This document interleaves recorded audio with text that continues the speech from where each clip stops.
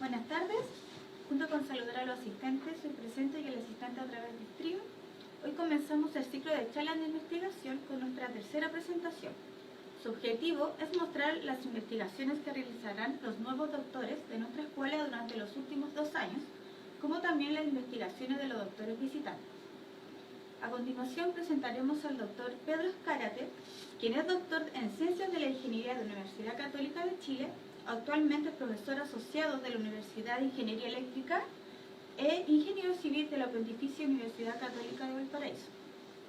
Su investigación está enfocada en el desarrollo de nuevas técnicas de control e identificación de sistemas para sistemas de óptica adaptativa con el objetivo de poder mejorar las imágenes astronómicas y la información de instrumentos astronómicos que se utilizan para la detección de exoplanetas. Su charla de hoy consiste en la mitigación de vibraciones de sistemas de AO. Lo dejamos con el doctor Pedro Escárate. Ya, gracias.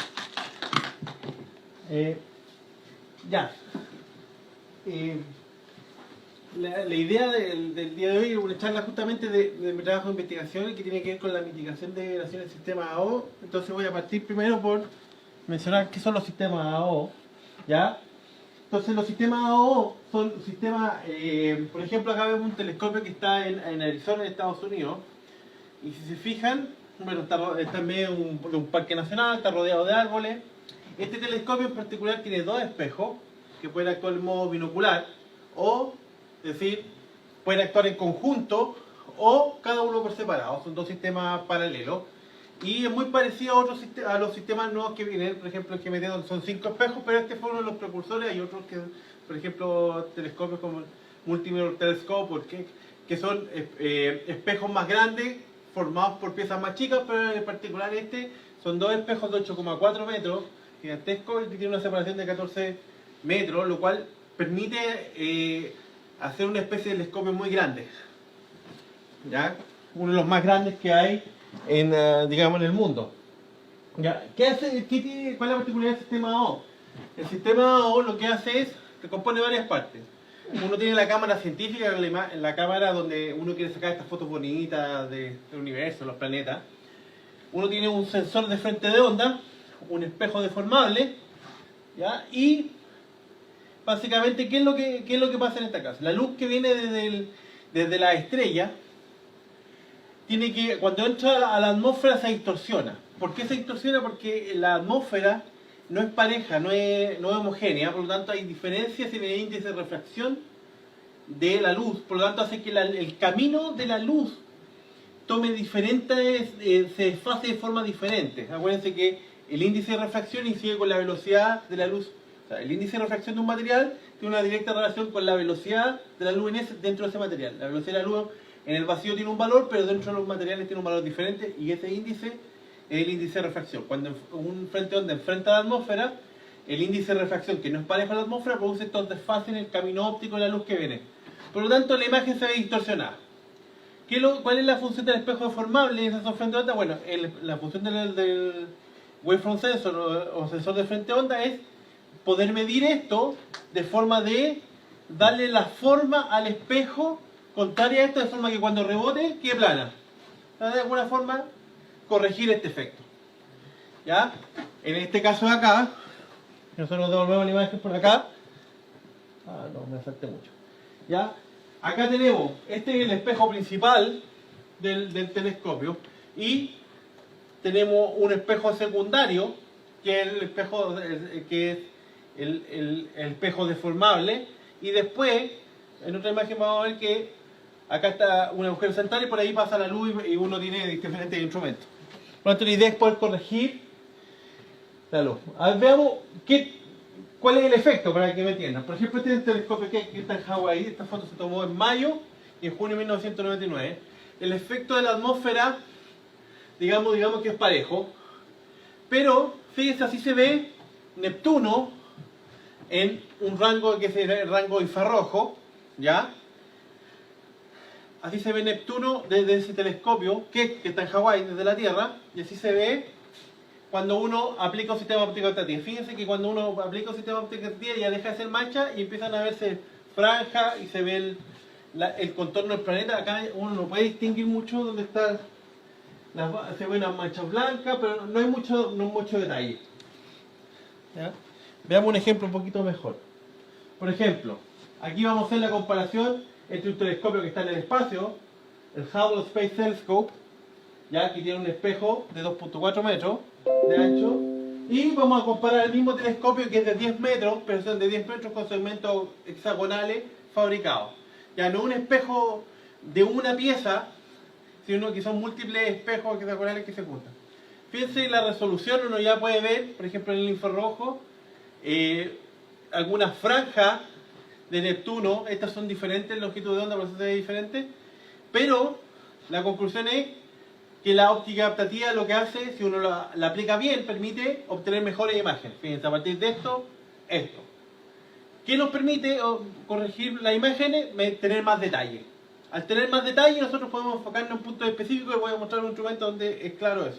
Entonces la conclusión, por ejemplo, con óptica adaptativa, incluso es posible mejorar desde la Tierra, con la atmósfera presente, obtener mejores imágenes que lo que está tomando el Hubble, que está en el espacio sin ningún tipo de compensación. En el espacio no hay atmósfera.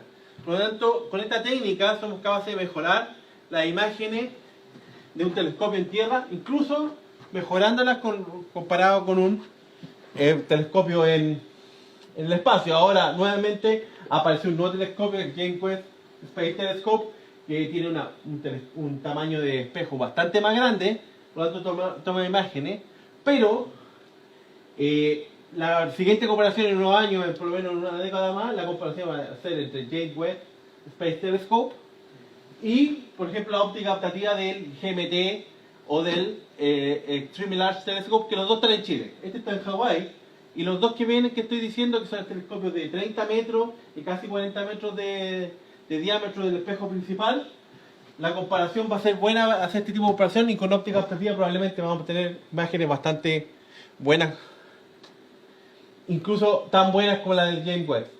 Entonces, ahora, ¿cuáles son los problemas y por cuál este es un tema de investigación? La mayoría de los actuales sistemas AO no compensan las vibraciones del camino óptico adecuadamente. Ya les voy a explicar por qué. Las vibraciones son un fenómeno anómico y afecta fuertemente el desempeño de los sistemas AO. Estas son como hipótesis de trabajo. De forma que al alcanzar una adecuada mitigación es necesaria realizar una adecuada identificación de las perturbaciones, saber qué está pasando, y estrategias de control más avanzadas. Entonces les voy a mostrar primero.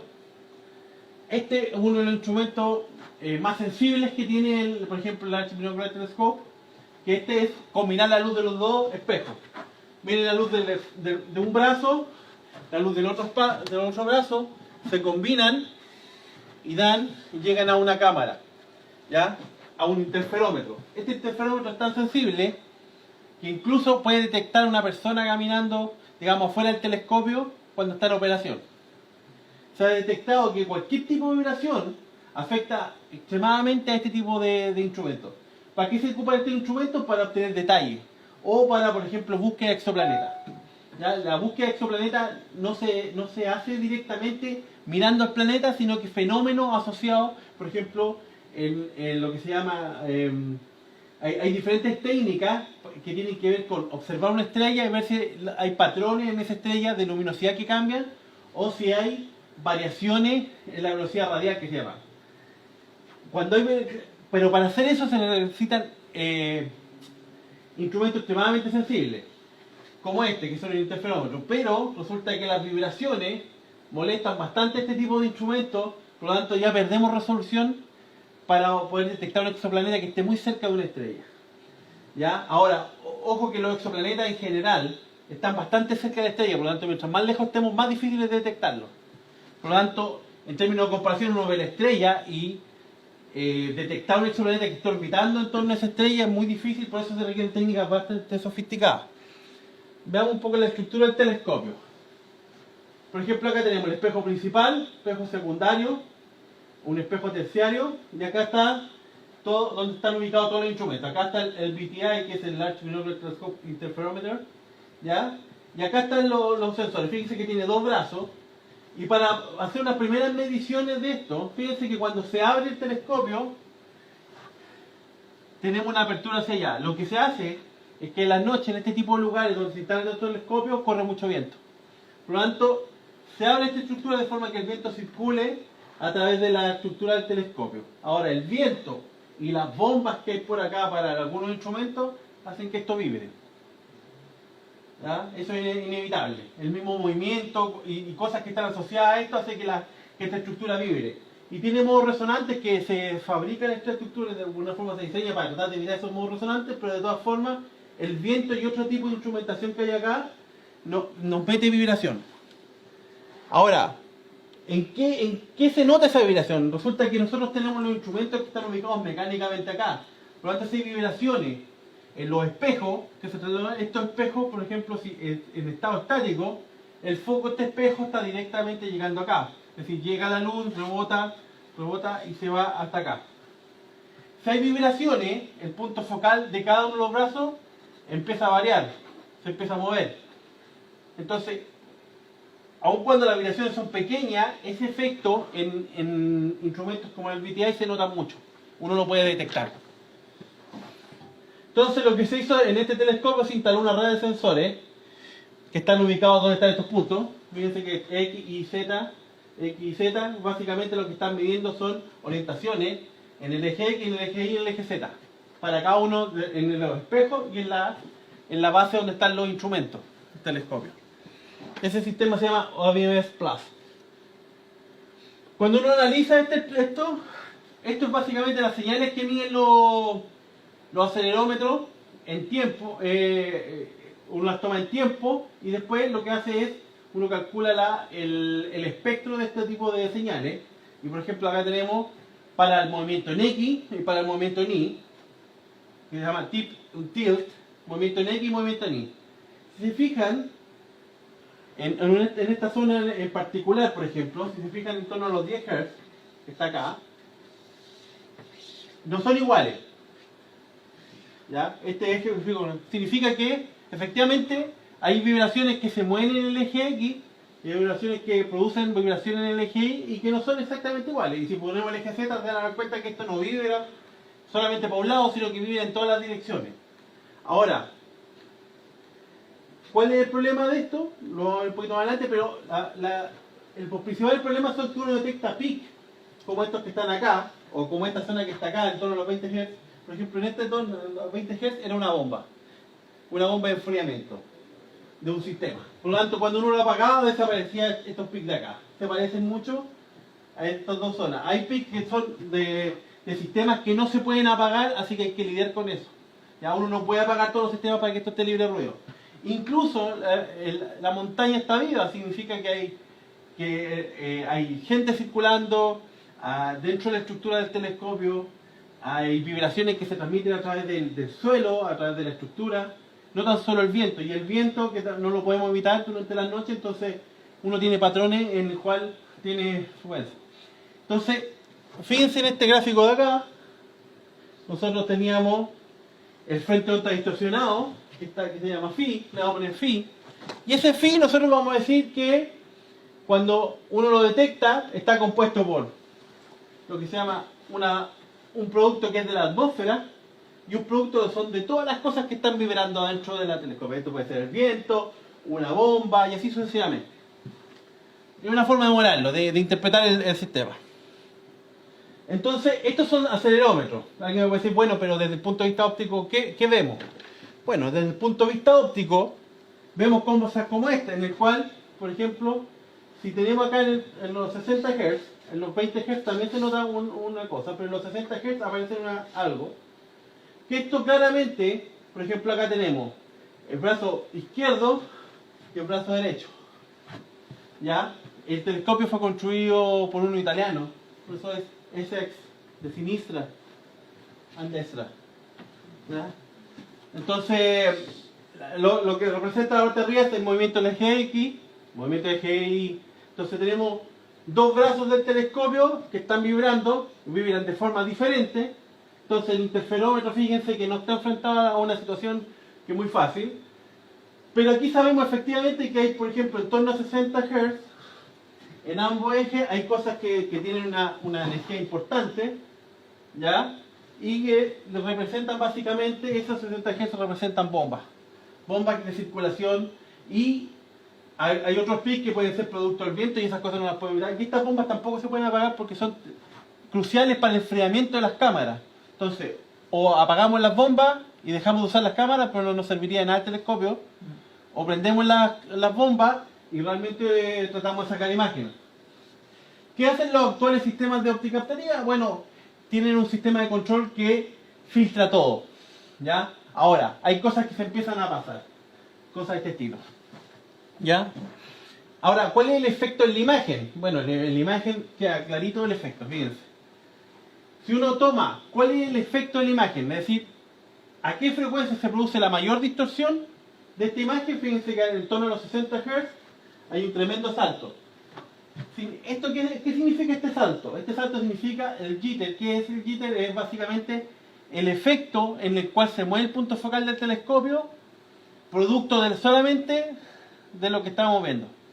¿Ya? El punto focal del telescopio no debería moverse, por lo tanto lo que estamos observando acá son básicamente que ese pic de 60 Hz, por ejemplo acá podría haber algo que es de la atmósfera, porque no lo podemos, el sensor de frente onda, acuérdense que está mirando la atmósfera y además se le están metiendo las vibraciones. Pero sí sabemos que, por ejemplo, en torno a los 60 Hz hay una bomba que está molestando, que es esta. Por lo tanto, todo este efecto que está acá, que fíjense que incluso es más grande que lo mismo que produce la atmósfera, es bastante más grande que lo que produce la atmósfera, todo este efecto es vibración de la bomba. O sea, todo este es deterioro en la imagen, es producto de la bomba. Y no tan solo en el brazo izquierdo, sino en el brazo derecho también se produce el mismo efecto, pero fíjense que en el brazo izquierdo se nota más. Probablemente la bomba está más cercana al sector izquierdo porque no está ubicada simétricamente.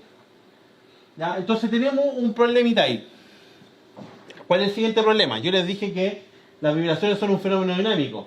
Fíjense, si yo hago un análisis durante 2 años, 2 años de datos, acá hay 2 años de datos, ¿ya?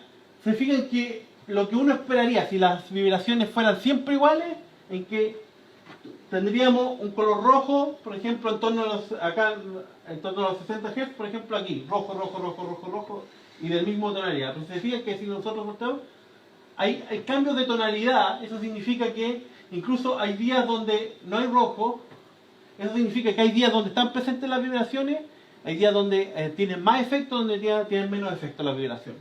Y uno lo puede ver en todo el rango. ¿Por qué? Porque depende también de como las bombas están ubicadas en esta posición y la estructura del telescopio es bien compleja, también depende de en qué objeto está mirando el telescopio para saber qué afecta más. No siempre se observan los mismos objetos, no siempre hay las mismas condiciones de viento. Entonces las condiciones de viento más las condiciones de las bombas generan condiciones que son altamente dinámicas. Significa que no podemos tener un sistema que lo podemos diseñar, es decir, que si nosotros queremos llegar a un punto donde queremos reducir al máximo tenemos que lidiar con un problema que cambia continuamente. La atmósfera tampoco es algo que sea, hay días que hay más viento, hay días que hay menos viento, hay días donde hay más humedad, hay días donde hay menos humedad. Por el lado de la atmósfera ya está relativamente bien modelada, pero por el lado de las vibraciones, resulta que tenemos un problema porque el fenómeno de las vibraciones es un fenómeno que se produce a través de cosas que uno no quiere.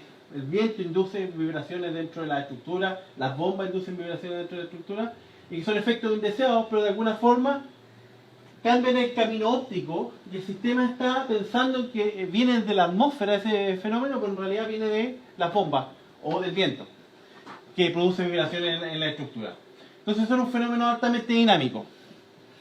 Ya, ¿qué es lo que propuse yo? Es básicamente modelar el sistema de esta forma. Tenemos las perturbaciones, tenemos un sensor de frente onda que mide estas perturbaciones, después tenemos un controlador que basado en estas perturbaciones hace alguna acción que deforma el espejo deformable y corrige este efecto.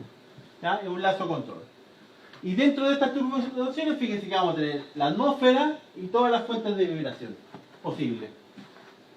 Entonces, una de las cosas que hicimos fue, bueno, ¿qué pasa si nosotros enfrentamos un escenario en el cual resulta que tenemos todos estos picos de vibración? ¿Ya? Y lo que vamos a hacer, básicamente vamos a decir que si estamos hablando de frecuencia, estas vibraciones se modelan de esta forma. Básicamente esto es un oscilador, ¿ya? Con algún grado de amortiguamiento. ¿Ya? Significa que pueden ser fenómenos que tienen un fenómeno solamente oscilatorio, es decir, que no tienen, que se mantienen persistentes, o fenómenos que se producen y después van decayendo. Por ejemplo, cuando se produce un movimiento del telescopio, uno podría esperar que hay un cierto movimiento del telescopio que produce una oscilación, y esa oscilación va bajando. Entonces ese fenómeno también podría ser modelado con ese tipo de osciladores. Entonces nosotros vamos a suponer que nosotros tenemos que el sensor de frente onda está viendo algo así, en el cual tenemos varios picos. Entonces lo que vamos a fabricar, y que lo que hicimos en este paper fue, bueno, si nosotros tomamos datos de que está mirando el wavefront sensor, ¿somos capaces de identificar lo que está pasando? ¿Somos capaces de detectar lo que está pasando? Bueno, entonces le hicimos la prueba y efectivamente diseñamos un algoritmo, y acá tenemos el resultado con 500 muestras. Ya, pero cuando hacemos el resultado con 500 muestras, resulta que quedan zonas donde hay alta variabilidad. Con 1000 muestras, el resultado es bastante más certero. ¿Qué significa eso? 500 muestras, por ejemplo, en este telescopio, el VTO, se trabaja a varias velocidades, pero cuando el sistema está en buenas condiciones y la atmósfera está bien, se trabaja, por ejemplo, a 990 Hz. Significa que 500 probablemente representaría medio segundo de datos. Y 1000 ya estaríamos hablando de un segundo. Significa que nosotros con un segundo, observando el espejo deformable, el wavefront sensor, seríamos capaces de saber cuáles son las condiciones de vibraciones y turbulencia en ese instante. Y podríamos ir calculando cada un segundo, o hacer una especie de media móvil e ir avanzando con este filtro, es decir, cada vez ir calculando nuevamente este sistema. Y eso es hacia donde nosotros queremos, que de forma de que queremos que, de alguna forma, poder saber qué está pasando acá en instante. Como un fenómeno dinámico, no podemos diseñarlo de antemano y después instalarlo, sino que lo que nosotros proponemos es que este sistema se vaya ajustando automáticamente a las condiciones del sistema, del ambiente, de las vibraciones. ¿Por qué? Porque con esta información nosotros podemos diseñar este caso. Entonces, nosotros hicimos el experimento. Si nos llegaba a eso, lo que hicimos fue suponer que de alguna forma llegaba una señal, que es la que está acá punteada, ¿ya? Y nosotros hicimos correr este algoritmo, y este algoritmo identificó correctamente la señal, el ambiente, la turbulencia, más las vibraciones, la identificó correctamente. A partir de eso, nosotros diseñamos un controlador de mínima varianza, que este R y F dependen efectivamente del modelo que nosotros estamos automáticamente identificando. Este DC y M0 depende del sistema en sí, pero son constantes. ¿Ya? Entonces, básicamente, nosotros acá hicimos la prueba. Entonces, tomamos la turbulencia que venía acá, fíjense que está llena de estos picos. Y probamos dos algoritmos. Nosotros comparamos con un algoritmo que ya existe, que es el LS método. Fíjense que este método lo que hace es, aun cuando mitiga alguno, todavía quedan algunas colitas. ¿Ya? Y el método de nosotros permitió eliminar toda esta parte de acá que era indeseada, y básicamente nos quedamos con esto y eliminó todos los picks que se dio. Entonces, como este es un fenómeno... Ahora, este método no es ajustable automáticamente, sino que habría que correr totalmente un algoritmo y hacer todos los cálculos de nuevo. El de nosotros, que proponemos, es básicamente ir tomando rangos de un segundo, medio segundo, 500 muestras o 1000 muestras, e ir corriendo continuamente esto durante la operación del telescopio en la noche. Entonces nosotros podemos ir cambiando el K a medida que avanza la noche, y el K se calcula inmediatamente para días diferentes, para horarios diferentes, a diferencia de lo que se hace actualmente, en que uno se tira un valor del K, uno lo ajusta y lo corre. Funciona bien, pero si uno quiere llegar a niveles un poquito más bajos de lo que se tiene de ruido, uno necesita eliminar las vibraciones, y eliminar las vibraciones de acuerdo a lo que está pasando. No nos sirve eliminar una frecuencia, por ejemplo, una vibración que se está produciendo en 150 Hz, cuando ese día no se prendió la bomba, ¿ya? O justamente ese día las condiciones del viento no están generando una resonancia en el telescopio, por lo tanto, ese día justo no está presente o no es importante, por lo tanto, un K que esté adaptado a eso podría estar filtrando cosas que vienen de la atmósfera, ¿ya? En una gran parte. Entonces la idea es ajustar este K de forma que se ajuste a las condiciones deseadas de ese momento, ¿ya? Entonces, básicamente ahora tenemos un siguiente problema. Ya tenemos un modelo que lo probamos, que es este de acá. Tenemos una forma de modelar estas perturbaciones, que es esta de acá, que es una sumatoria de osciladores. Ahora, el problema está en decir, ¿qué valor le doy al M? Porque si yo le doy 1.000.000, va a detectar cosas que no me sirven. Y va a estar demasiado, el tiempo de cómputo va a ser muy alto, por lo tanto, no nos va a servir para lo que necesitamos. Si es muy bajo, no va a modelar todas las vibraciones que nos sirven, por lo tanto tampoco va a ser efectivo. Por lo tanto, ¿cómo ajustamos ese valor? Para eso, básicamente existe lo que se llama el Akaiiki Information Criteria. ¿Qué es lo que hace este criterio, o criterio de Akaiiki? Lo que nos dice es cuál es el mejor modelo que se ajusta a los datos. ¿Ya? Por lo tanto, si el Akaiiki nos dice que el M tiene que ser 7, es 7. Si el M es 2, es 2. ¿Por qué? Porque lo que hace el Akaiiki va compensando. Un modelo más sofisticado tiene más parámetros, es más difícil de estimar, por lo tanto tiene una especie de penalización. Entonces la idea es quedarse con el modelo más simple que represente de mejor forma los datos. Porque por ejemplo un modelo de 7 osciladores, podríamos pasarlo al tiro a un modelo de 14 osciladores donde dos osciladores vayan hacia el mismo pic. Y así sucesivamente, 14, 28, entonces si tomamos 100 probablemente cuando corramos el algoritmo efectivamente va a dar 3 osciladores en el mismo lugar, 3 osciladores en otro lugar. Entonces la idea es quedarse con la menor cantidad posible. Y que esa cantidad posible represente mejor los datos. Entonces este criterio de Akaiiki nos permite seleccionar para esas condiciones del ambiente cuántos osciladores, y el algoritmo que tenemos nosotros lo que hace es toma esa cantidad de osciladores y analiza la información y calcula los parámetros, por ejemplo el phi, el alfa, ¿ya? O sea, el beta, phi y alfa, el pi es la constante, de forma de que esos osciladores representen nuestras condiciones del momento, como se ve acá. Entonces, ¿qué es lo que hacía este algoritmo? Uno parte con condiciones iniciales aleatorias y al correrlo, lo que hace es identifica esos parámetros de forma de que nuestro modelo de osciladores se ajusten exactamente a lo que vino de lo que está midiendo el Waveform Sensor. Entonces aquí está la señal del Waveform Sensor y está nuestra señal que se ajustó automáticamente a partir del algoritmo diseñado y que está descrito en este artículo. Entonces, viene la información, tenemos el Waveform Sensor, la toma, nosotros necesitamos un segundo después, nosotros somos capaces de saber qué está pasando en la atmósfera y en las condiciones del telescopio en esos momentos. Con ese modelo somos capaces de calcular el K. Y además, con el criterio de Akaiiki, somos capaces de generar, en este caso, toda la información que necesitamos. Porque acá necesitamos el M, el alfa, el phi, o sea, el psi y el beta. Con toda esa información nosotros somos capaces de poder generar el K que nos interesa. Entonces, si usamos el criterio de Akaiiki, por ejemplo, nosotros aquí corrimos modelos entre 7 y 12 osciladores, por ejemplo. Le dijimos, calcula para 7 y para 12. Y resulta que, por ejemplo, acá tenemos un modelo con 7 osciladores, con 8 osciladores, con 9 osciladores, 10, 11, 12. Y el criterio de Akaiiki, que básicamente, si nosotros lo vamos ajustando, fíjense que acá hay un modelo que se ajusta bastante bien y otros modelos que no se ajustan tan bien. ¿Ya? En este caso, el modelo que nos dio bastante bien fue uno de 7 osciladores. ¿Ya? ¿Por qué? Porque a medida que uno va aumentando, va penalizando este criterio, pero nos vamos a tener. Todos, de alguna forma, analizan bastante bien la información. El problema es que después, a medida que uno aumenta mucho el número, se empiezan a repetir. ¿Ya? Entonces, para no ser redundante, uno tiene que tratar de tener un criterio que minimice eso, de alguna forma que nos lleve a una condición bastante mejor. ¿Ya? Entonces, por ejemplo, el método propuesto, pues nosotros necesitamos al menos 500, podemos trabajar con 500 muestras o con 1000 muestras. Con 1000 muestras funciona bastante bien, pero si quisiéramos trabajar con 500, trabajando a 300 Hz, que es una de las velocidades más bajas que se trabaja en óptica adaptativa, por ejemplo en ese telescopio, ahora también hay otra, nos tomaría 2 segundos poder detectar todas las condiciones del ambiente.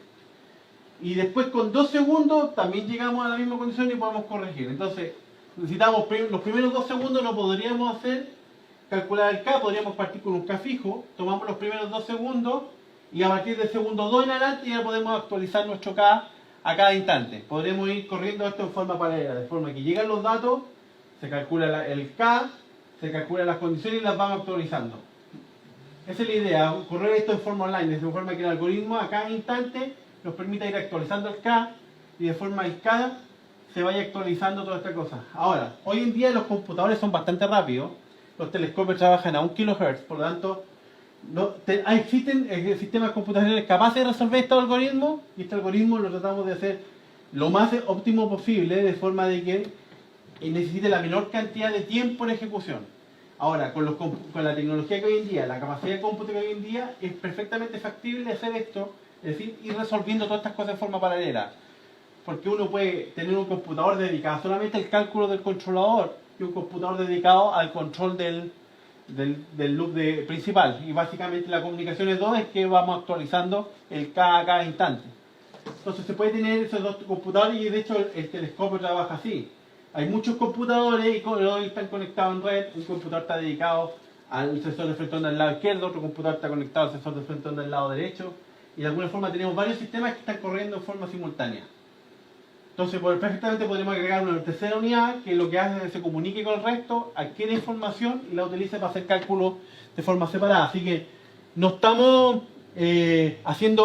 cargando todo esto sobre un mismo computador, sino que la idea es tener un computador de respaldo que permita hacer este cálculo y hacer todo este tipo de cosas. Y de hecho se puede.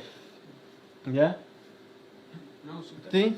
¿Está hecho en MATLAB las simulaciones? Las simulaciones estas están hechas en MATLAB, sí.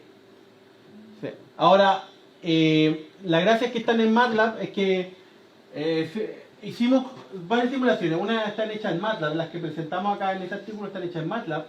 Y también hicimos simulaciones en Python. Dentro de MATLAB existe un software que se llama OMAO, que permite hoy en día hacer simulaciones del lazo de óptica adaptativa completa. Y en Python está, no sé si es SOPI, se llama SOPI, ¿ya? SOPY. Y ese es la versión de, es un módulo de Python que permite hacer simulaciones en óptica adaptativa, ¿ya? Ahora, hay una librería que se llama NumPy dentro de Python que tiene la equivalencia de comandos entre MATLAB y Python, ¿ya? Y uno puede acceder a ella y puede ver que hay una equivalencia bastante importante entre MATLAB y NumPy. En el caso que estos dos cálculos se podrían hacer en forma separada. En el caso del telescopio, nosotros solamente podríamos usar la versión de Python porque no tiene MATLAB corriendo en nuestros computadores. Tendríamos que usar una versión de Python. Python sí corre, digamos, en computadores basados en Unix, que es lo que está basado en computadores del sistema. Entonces nosotros podríamos correr esta rutina en Python automáticamente mientras se van produciendo otras cosas. Y que es como funciona realmente. En los computadores del Large Neural Telescope se ocupan varios sistemas. Uno es IDL y el otro es Python, ¿ya? Python es la gracia que es gratis y tiene bastante y va avanzando continuamente, y IDL es un software más privado. Pero básicamente los computadores en Unix permitirían correr estos códigos que si fueran desarrollados en MATLAB, los podemos pasar fácilmente a Python y para poderlos correr dentro de los computadores del telescopio. La mayoría de los telescopios usan Python para sus sistemas base, así que estaríamos bastante adaptados. ¿Ya? Bueno, conclusiones. Los resultados indican que las vibraciones y transferencias son fenómenos dinámicos. ¿De dónde viene eso? Bueno, viene de esta imagen de acá, que uno puede ver que las condiciones durante 2 años no fueron estables, ¿ya? Por lo tanto, eso es lo que motiva a hacer cosas que se adapten automáticamente. Una identificación automática sumado a una estrategia de control avanzada puede mejorar los sistemas de óptica aptativa. Por ejemplo, ¿qué otro tipo de controladores uno puede poner acá? Nosotros diseñamos lo que se llama un Minimum Variance Controller. ¿Cómo se obtiene ese controlador, esa fórmula de E? Se obtiene a través de un proceso de minimización. Uno tiene que hacer una minimización, un proceso de optimización y llegar a ese controlador. Pero también uno podría pensar en un controlador que se llama un Model Predicted Control, que son muy comunes en la industria y que acá no se han incluido, pero que sí son bien útiles. La gracia de los Model Predicted Control, por ejemplo, es que permiten incorporar restricciones. Que acá uno siempre supone que todo es ideal, pero resulta que el espejo no se puede deformar y uno lo puede dejar de cualquier forma, tiene ciertas restricciones. El espejo, la movilidad de los espejos deformables es bastante limitada, ¿ya? Uno no puede hacer cualquier forma en el espejo, no podría hacer una sinusoide o una cosa muy sofisticada, ¿ya? Sino que son cosas bien pequeñitas, deformaciones bien pequeñas. Entonces, acá no hay ninguna forma, usando ese tipo de control, de incluir ese tipo de restricciones. Por ejemplo, otra restricción que no se incluye acá es que el espejo deformable es un todo. Por lo tanto, yo no puedo levantar uno sin que se me deforme el resto. Por lo tanto, hay un acoplamiento entre los actuadores. ¿Ya? El sensor de frente onda también tiene otras restricciones, entonces el espejo deformable tiene varias restricciones que podríamos incorporar acá. ¿Ya? Y eso no está mirado en estos momentos, y que sí va a ser necesario incorporar en otro tipo de telescopios como los nuevos que vienen, porque en este caso nosotros estamos analizando esto desde el punto de vista de un espejo, pero cuando tiene múltiples espejos empiezan a pasar cosas más extrañas, que haya desalineación entre espejos. ¿Ya? Cuando tenemos dos es más fácil corregirlo, pero por ejemplo en el Multimedia Telescope estamos hablando de 50, en el ILT estamos hablando de cerca de 1000 espejos, en el GMT son 7 espejos muy grandes, que hay que verificar que no se desalineen para producir una imagen que sea muy buena.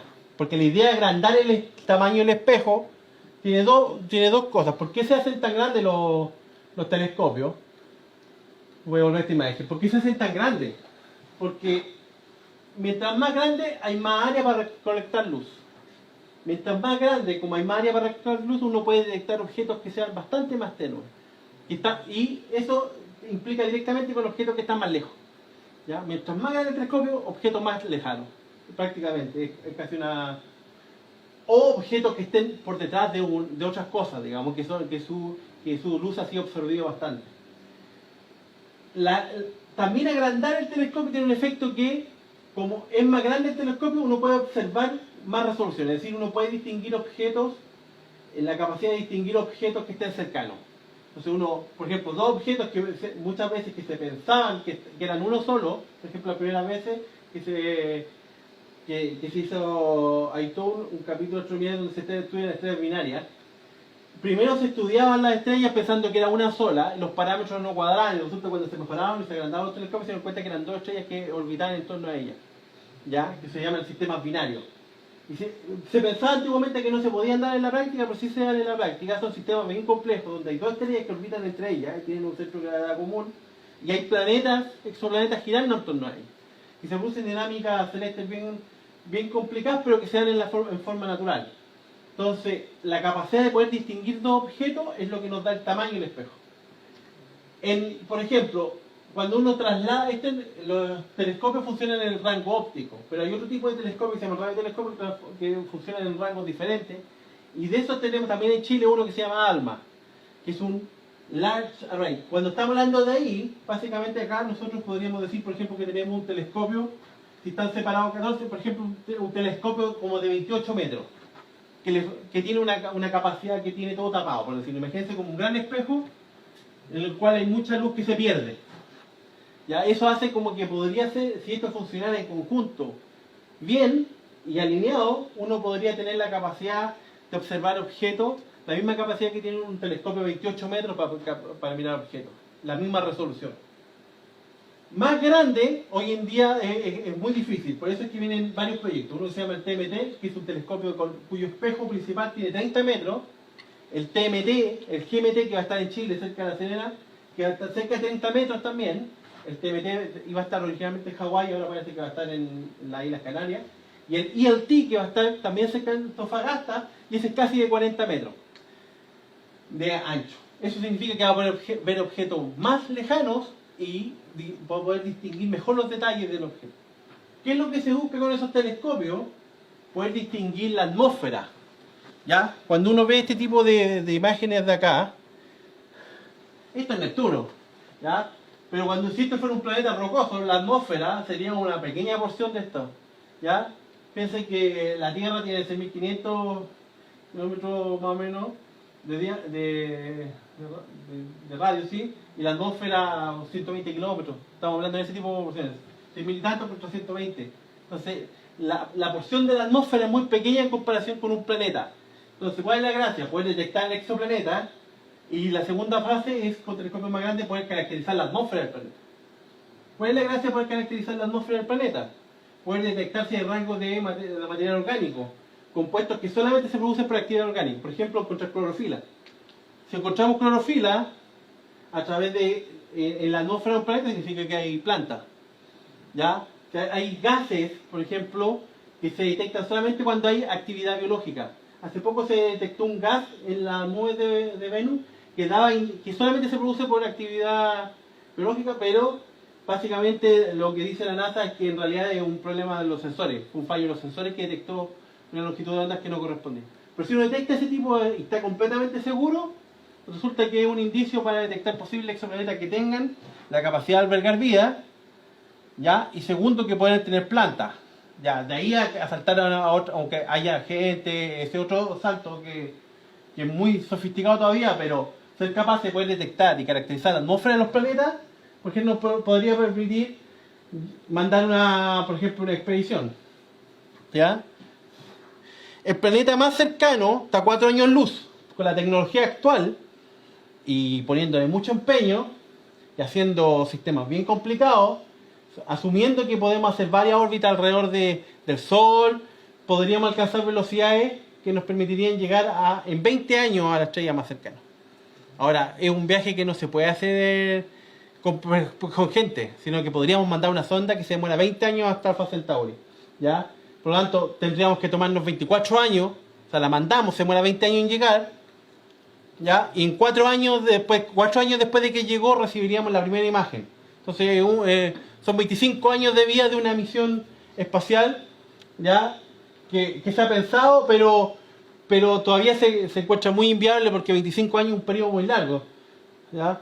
Pero con la tecnología actual podríamos tener en 25 años una imagen de un primer exoplaneta si mandamos una sonda. Ahora, tener 20 años una sonda activa requiere mucha tecnología, ¿ya? Mucha tecnología.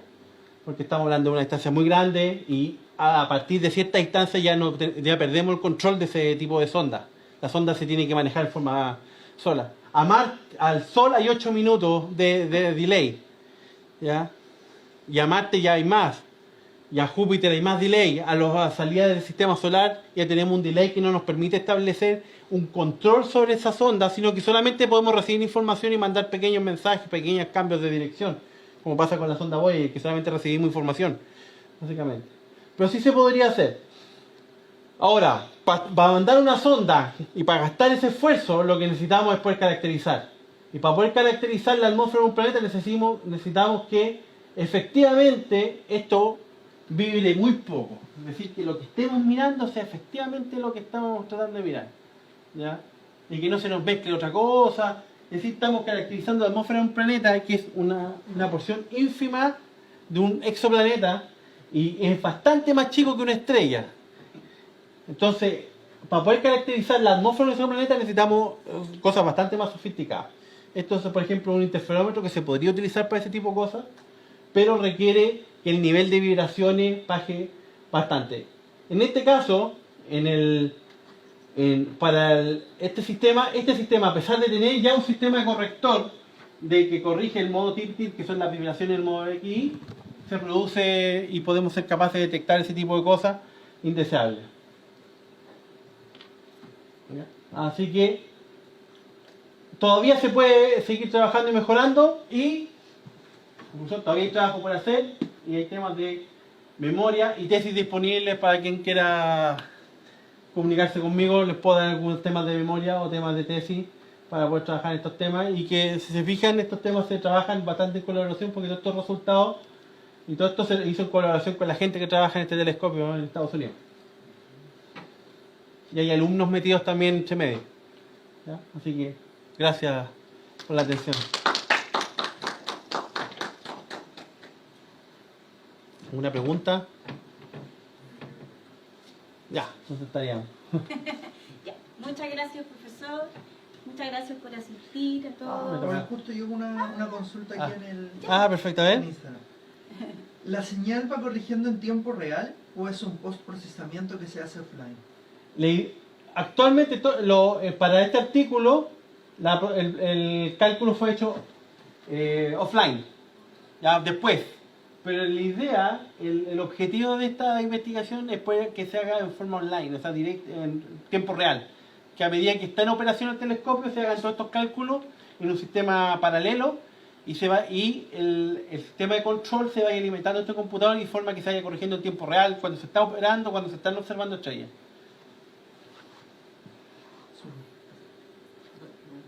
Los sistemas de control siempre son como utilizados para mejorar estos modelamientos de distorsión. O sea, ¿es aplicable el control, bueno, en este caso, no sé qué control, TID o esos sistemas? Actualmente los sistemas más típicos de control es un PI, acá. Ese es el sistema más básico, el que por defecto todos los telescopios usan, es un PI. Pero es insuficiente para los problemas que se generan, porque ahí el PI filtra todo, no es específico. En cambio, el mínimo para ese control nosotros lo podríamos hacer que se especifiquen a eliminar específicas bandas de frecuencia. Ahora sí. Ya. Listo, ya. Muchas gracias. Muchas gracias. Por su charla, estuvo súper interesante. Qué bueno. Así que nos vemos para el próximo jueves, la próxima charla. Sí.